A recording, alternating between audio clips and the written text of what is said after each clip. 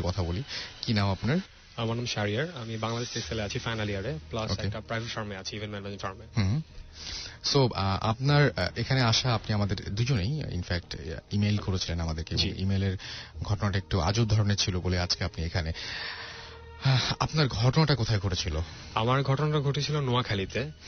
ওখানে একটা গ্রাম আছে রাখালিয়া। আচ্ছা, ওখানে এই ঘটনাটা। আচ্ছা, আপনি ইমেইলেও উল্লেখ করেছেন যে রাখালিয়াতে অনেকেই এই ঘটনাটা জানেন, বা অনেকে, আমি জানি যে নোয়াখালী থেকে অনেকে শুনছেন, ডেফিনেটলি তারা জানবেন এই এলাকার ঘটনা বা এরকম কিছু। বাট যারা নোয়াখালীর বাইরে বা যারা নোয়াখালীতে অন্য জায়গায় থাকেন তাদের জন্য বলছি যে চলুন শুনে আসি তার মুখেই কি ঘটনাটা। আমি প্রথমে যেটা বলতে যাচ্ছি যে আমি যে ঘটনাটা বলবো এটা যদি ওখানকার যারা আছেন তারা যদি কেউ খোঁজ নিয়ে দেখেন অবশ্যই সেটা জানতে পারবেন, হয়তো অনেকে জানেন এটা। যেটা হচ্ছে আপনার 2004-এর ঘটনা। আমার এসএসসি এক্সামের পর আমি ফার্স্ট টাইম বাবা মাকে ছাড়া ওখানে ঘুরতে যাই ফ্রেন্ডদের সাথে, ফ্রেন্ডের দাদা বাড়িতে। তো যাওয়ার পর সবাই সারাদিন সুন্দরভাবে কাটাবার পর রাতের বেলা চিন্তা করলাম যে ঠিক আছে আমরা গিটারটা নিয়ে গেছি, আমরা গান গাবো। তো বাসা থেকে একটু দূরে একটা কালভার্ট আছে। আচ্ছা, তো কালভার্টের উপরে বসে আমরা গান গাচ্ছিলাম, তখন অলমোস্ট 1:30 থেকে 2টা বাজে। আচ্ছা, তো এভাবে বসে থাকার আধা ঘন্টা কি 1 ঘন্টা পর হঠাৎ একটা কান্নার আওয়াজ শুনতে পাই আমরা সবাই। ওকে। তো কান্নার আওয়াজটা আস্তে আস্তে বাড়তে থাকে, মনে হচ্ছে যে কান্নার আওয়াজটা কাছে আসছে দূর থেকে। তো তখন আমার একটা ফ্রেন্ড বলা যাচ্ছে কান্নার আওয়াজটা কি কোথা থেকে আসছে, চলো দেখি। তো আমরা যাই, তো কিছু দূর যাওয়ার পর একটা বাগানের মতন আছে, তো বাগানটাতে কেউ ন্যাচারালি যায় না, 2-একটা কবরও আছে ওখানে। তো ওটার ভিতর থেকে কান্নার আওয়াজটা আসতে থাকে। তো আমরা ভিতরে ঢুকি, অনেকেই শুনেছে। জি। তো যখন ঢোকার পর তখন দেখলাম যে আশেপাশে যাদের বাড়ি আছে তারাও আসছে ওখান থেকে, তারা অনেক কিছু কান্না আসতে শুনতে পেয়েছে। তাই? মানে অনেকেই দেখতে আসছে যে কে কাঁদছে, এবং সবার কাছে কান্নাটা এমন লাগছে যে আমি অনেক কষ্ট নিয়ে কাঁদছে। আচ্ছা, বাট আমরা শুনেছি, আবার আশেপাশে মানুষজনও শুনেছে, বাট যেসব যে মানুষগুলো শুনেছে অত দূর থেকে কান্নার আওয়াজটা শোনার কথা না। আচ্ছা আচ্ছা। তো আমরা যাই, ভিতরে ঢোকার পর কিছু দূর যাওয়ার পর দেখতে পাই যে একটা মহিলা, বুড়ো মহিলা, তার এজ হবে 90 to 95 এরকম। হ্যাঁ, সে একটা গাছ ধরে কাঁদছে, যে মনে ধরে সেটা সাপোর্ট নিয়ে দাঁড়িয়ে আছে, সে দাঁড়াতে পারছে না। তো কাছে যখন লাইট মারা হলো তখন দেখলাম যে মহিলাটার হাঁটু পর্যন্ত মাটিতে গাড়া। আচ্ছা। বাট তাকে যদি কেউ গেড়ে রাখে, কিংবা যদি সে ধরেন যে গেড়ে রেখেছে, কিংবা সে সামহাউ দেবে গেছে, সেটা তো একটা স্পট থাকবে যে সে নতুন ঢুকেছে। বাট জায়গাটা দেখে ঘাস উঠে আছে, দেখে মনে হচ্ছে যে অনেকদিন ধরে সে উঠে আছে, যেরকম একটা গাছের শ্যাওলা পড়লে যেরকম হয় ওরকম, মানে মনে হচ্ছে অনেক দিন ধরেই সেই অবস্থায়। জি, রাইট। ওকে। তো তারপর সবাইকে ডাকা হলো, আশেপাশে সব চিল্লাচিল্লি শুরু হয়ে গেল লোকজন। তো আমরা যেই ফ্রেন্ডের বাসায় ছিলাম, তো ওরা ওখানকার একটু প্রভাবশালী ব্যক্তি, তো ওদের বাসায় খবর দেয়া হলো। তো ওদের ওখান থেকে লোকজন আসলো, এসে মহিলাটাকে উঠানো হলো ওখান থেকে, উঠিয়ে ওদের বাসায় নিয়ে, তখন সবাই বললো যে তাহলে আপনাদের বাসায় নিয়ে যান। নিয়ে যেয়ে ওদের বৈঠকখানায় রাখা হলো। আচ্ছা। ওদের বৈঠকখানাটা ছিল এরকম যে ঘর থেকে একটু দূরে একটা সেপারেট একটা রুম, তো ওখানে রাখা হলো। তো রেখে বাইরে থেকে গেটটা লক করে দেওয়া হলো। আর এর মধ্যে মহিলাটা যখন নিয়ে আসা হচ্ছিল সে কাঁদছিল, তাকে অনেক কথা জিজ্ঞাসা করা হয়েছে, কোনো উত্তর দেয় না, কোনো উত্তর দিচ্ছে না, সে কোনো উত্তর দিচ্ছে না, কারোর দিকে তাকাচ্ছেও না, শুধু এক দৃষ্টিতে সে নিচের দিকে তাকিয়ে কাঁদছে। আচ্ছা। তো তাকে নিয়ে আসা হলো, বৈঠকখানায় রাখা হলো। তো রাখার পর তাকে বাইরে থেকে লক করা হয়েছে যাতে কেউ ডিস্টার্ব করতে না পারে তাকে, যেহেতু আমরা ঢাকা থেকে গিয়েছি, আমরা দেখতে যাচ্ছি, বারবার কিউরিয়াস যে কি হয়েছে। তো আমাদেরকে বললো তোমরা যে ঘুমিয়ে যাও, সকালে দেখো। আর ওদের বাসার যে চৌকিদার বলে, গ্রামের বাসায় পাহারা দেয়, চৌকিদার শুয়েছিল ওখানে। আচ্ছা। এমন ভাবে শুয়েছিল যে মহিলাটাকে যদি ওই ঘর থেকে বের হতে হয়, প্রথমত বাইরে থেকে কাউকে খুলে দিতে হবে, আর সেকেন্ড হচ্ছে যে চৌকিদারকে টপকিয়ে তাকে বের হতে হবে। তো ঘুমিয়ে আছে। তো সকালে প্রায় 6টার দিকে আমরা চিল্লাচিল্লি শুনতে পাই। আচ্ছা। যে চৌকিদার চিল্লাচিল্লি করছে। তো আমরা যাই, তখন ঘুম ভেঙে যাই যে দেখা যায় যে চৌকিদার জানালাটা খুলে দেখতে চেয়েছিল যে মহিলাটা কি করছে। আচ্ছা। সে দেখে যে ভিতরটা টোটালি খালি, কেউ নেই ওখানে, বাট গেট ওরকমই বাইরে থেকে বন্ধ করা, আগে যেরকম ছিল সেরকম ভাবে।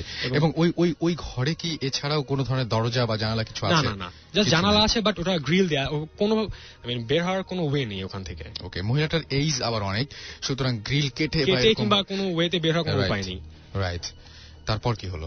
তারপর সঙ্গে সঙ্গে ওখানকার মসজিদের হুজুরকে ডাকা হলো যে কি ঘটনা হয়েছে। তো আমরা অনেক কিউরিয়াস ছিলাম, বারবার জিজ্ঞেস করছি এটা কি ছিল, মহিলাটা কিভাবে গায়েব হয়ে গেল, এত শক্তি কিভাবে পেল, সে তো দাঁড়াতেই পারছিল না। আচ্ছা। তো তখন ওখানে যে হুজুর ছিল উনি মিলাদ বললেন যে আপনারা আজকে মিলাদ পড়ান আপনাদের বাসায়, আর এটা নিয়ে আপনারা ডিসকাস করেন না, এটা ভালো কিছু ছিল, এই জন্য কোনো ক্ষতি করেনি। অথবা সে কিছু বলতে চেয়েছিল আপনাদেরকে কিংবা কোনো ইনফরমেশন দিতে চেয়েছিল, সো আপনারা এটা নিয়ে কোনো ডিসকাস না করাটাই ভালো হবে। আচ্ছা। তো এটা পরে হুজুরকে বলা হলো, তো হুজুর মিলাদ পড়ালেন। তো আমাদেরকে টোটালি মুরব্বীরা বললেন যে তোমার স্টপ হয়ে যায়, এটা নিয়ে কোনো কথা বলো না। বলো যে এটা নিয়ে কথা বললে হয়তো বা খারাপ হতে পারে, কারণ কোনো ক্ষতি করেনি, পরে দেখা যাবে কোনো ক্ষতি করে বসেছে। তো ন্যাচারালি আমরা জিনিসটা মনে ঘুরছিল যে কি জিনিস, তবুও আমাদের মুরব্বীদের কথা আমরা বাদ দিয়ে দিয়েছি যে থাক আমরা ডিসকাস না করি। ফ্রেন্ডরা কথা বলছিলাম। আচ্ছা। তো ওদিন আর সারাদিন কিছু হয়নি, ওদিন রাতেই 2:30 থেকে 3টার দিকে আমরা আবার বসেছি ওখানে, যে গরম লাগছিল বাসায়। তো আমরা বললাম যে ঠিক আছে চলো ওখানে যাই, যে বসি। এটা কি একটু কিউরিওসিটি ছিল, যে কিউরিওসিটি এরকম টাইপের যে ওইখানে আসলে কালকে কি হয়েছিল? অনেকটা এরকমও ছিল যে আমরা কেউ আমাদের মধ্যে কেউ বলছিল যে আমরা যাব, আবার কেউ বলছিল যে না যাবো, যাওয়াটা ঠিক হবে না। হ্যাঁ, তো তবু আমরা যেহেতু মেজর পার্সন ছিলাম যে হ্যাঁ আমরা যাব, তো ওরকম যে বসলাম। তো যে বসে আবার গিটার ছিল আমাদের সাথে, গান গাচ্ছিলাম। তো ঠিক 2:30 থেকে 3টার দিকে ঝিরিঝিরি বৃষ্টি শুরু হয়েছে। এর আগে থেকে আমার কিরকম জানি লাগছিল যে ওখানে ভালো লাগছিল না। আমার একটা ফ্রেন্ড, মানে শরীরটা ঠিক ভালো যাচ্ছিল না, এরকম কেমন জানি মাথাটা ধরছিল, কেমন একটা ফিল হচ্ছিল, এটা এক্সপ্লেইন করা যাবে না। তো আমার যে আরেকটা ফ্রেন্ড ছিল ও বললো যে ঠিক আছে আমারও ভালো লাগছে না, চলো আমরা দুজন চলে যাই। আচ্ছা। তো ওখানে আমাদের সাথে যে আরেকটা যার বাসায় আমরা গিয়েছিলাম ওর কাজিন বললো যে না একা যেও না, চলো আমরা সবাই চলে যাই, আর বৃষ্টি হচ্ছে, বৃষ্টিতে ভিজে গেলে জ্বর আসবে, পরে বাসা থেকে বকাবকি করবে। রাইট। তো আমরা যখন ব্যাক করছি বাসায়, আমি একটু বাসায় আশপাশের বর্ণনাটা দিই।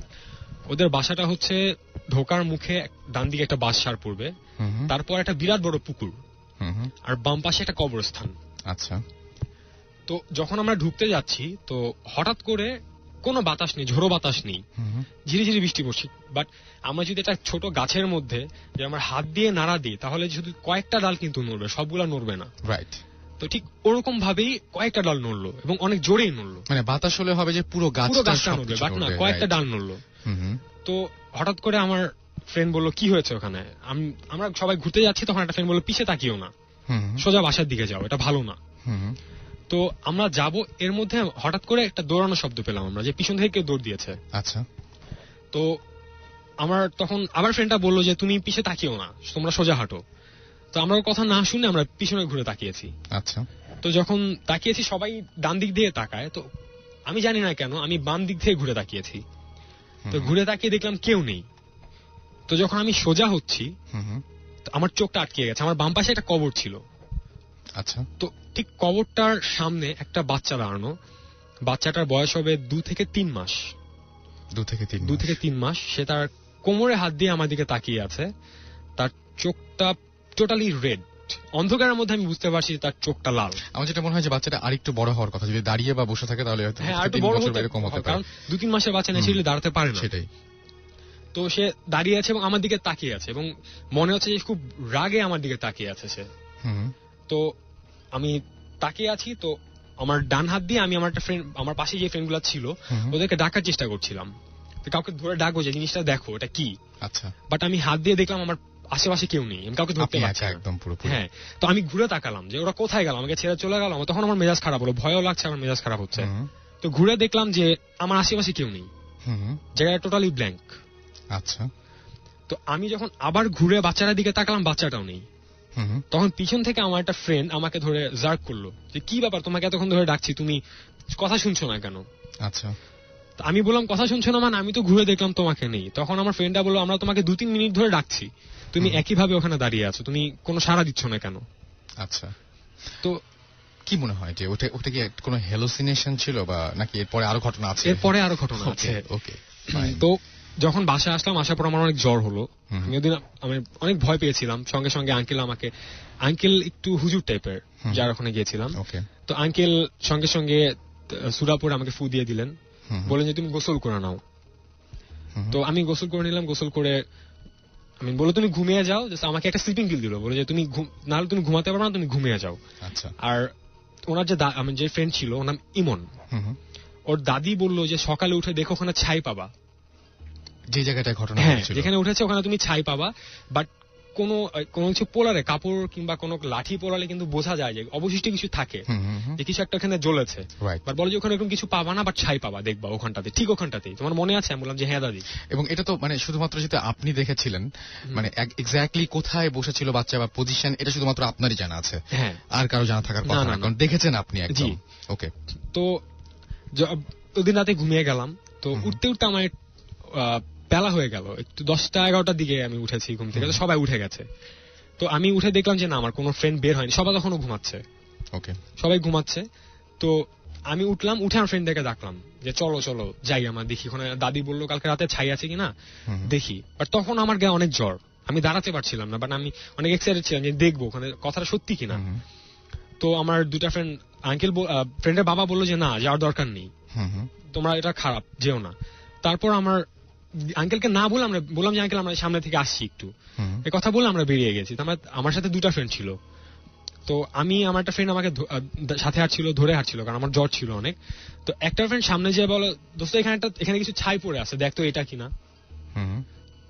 তো আমি যেটা হচ্ছে যে আমি যেয়ে দেখলাম যে হ্যাঁ, ওখানে সত্যিই ছাই পড়ে আছে। আর ঠিক যে কবরটার সামনে দাঁড়িয়ে ছিল বাচ্চাটা, ঠিক ওই কবরটার সামনেই, ওই কবরটার সামনেই ছাইটা পড়ে আছে। বাট ওখানে ওই জায়গাটা কেউ জানে না যে আমি কোথায় দেখেছি, কারণ ওখানে একসাথে কিন্তু অনেকগুলো কবর আছে। আচ্ছা। তো বাসায় আসলাম, আসার পর আঙ্কেলকে বললাম। আঙ্কেল বলল যে এটা নিয়ে তুমি কাউকে কিছু বলো না, তোমরা কাউকে ডিসকাস করো না, তুমি শুধু জাস্ট যে তোমার মাকে বলবা যে ঘটনাটা কি ঘটেছে, আর এটা নিয়ে কাউকে বলো না। কারণ এর আগেও নাকি আমরা যেখানে বসেছিলাম কালভার্টটার ওখানে নাকি আমরা যখন গিয়েছিলাম তার সপ্তাহখানেক আগে একটা লাশ পাওয়া গিয়েছিল। আর লাশটা নাকি লাশটার বডিতে কোনো বোন ঠিক ছিল না, প্রত্যেকটা বোন ছিল স্ম্যাশড, বাট তার গায়ে কোনো চিহ্ন ছিল না, মানে মারার বা আঘাতের কোনো চিহ্ন নাই, কিন্তু মানে প্রত্যেকটা বোন ভাঙা। হ্যাঁ, স্ম্যাশ, টোটালি স্ম্যাশ। যদি 9 তলা থেকে ওকে ফেলে দেওয়া হয়, যে তার বডি যেরকম স্ম্যাশড হয়ে যাবে ঠিক সেরকম। ওকে। তো ওখান থেকেই ঘটনাটা, আমার পরবর্তী যে ঘটনাগুলো ঘটেছে